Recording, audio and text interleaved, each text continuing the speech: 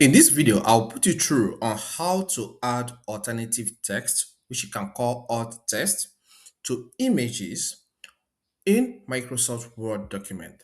Let's just get right into it. The first step you need to take is to open your Word document, all right? So here I have one opened here, which I want to use for this tutorial. Then scroll to the image you want to add alt text to. So look at it here, this one. I'll click on it. So click on your own image. Then after that, right click. You'll be provided with some options. Select insert caption.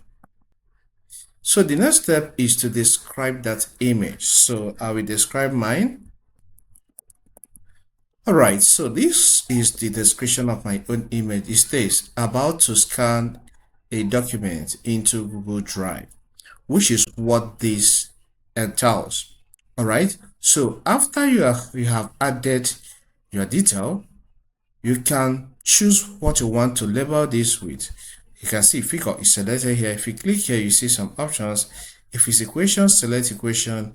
If it's table, select table. Then position. If you want to select a position where you want it to be, click on this drop down. You have above, you have below selected item, which is cool in this case. And lastly, click on OK. And that is added.